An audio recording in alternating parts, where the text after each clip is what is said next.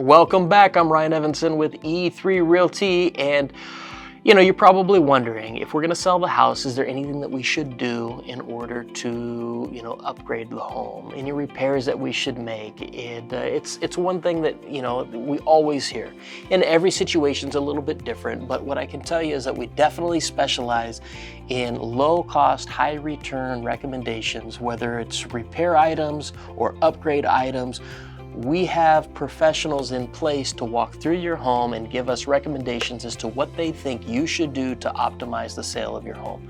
Every home is different, every situation is different, but our job is to make those decisions easy for you. So if you want to know what you should be thinking about doing in order to sell your house at the top of the market, best price possible, that's why you have us. If you have any questions or you would like to book a consultation so we can preview your home and make those recommendations, please feel free to reach out.